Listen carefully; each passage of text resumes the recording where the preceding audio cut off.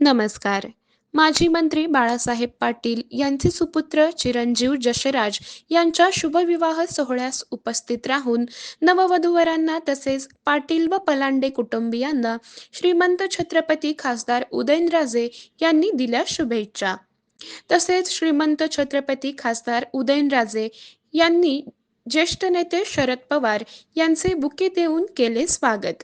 खासदार उदयनराजे व आमदार शशिकांत शिंदे यांनी एकमेकांच्या हातात असलेल्या घड्याळावरती केली चर्चा. या लग्न सोहळ्याप्रसंगी उपस्थित असलेले सर्व मान्यवर, कॅमेरामॅन यांनी हा सुखद क्षण आपल्या मोबाईल कॅमेऱ्यात कॅच केला आहे.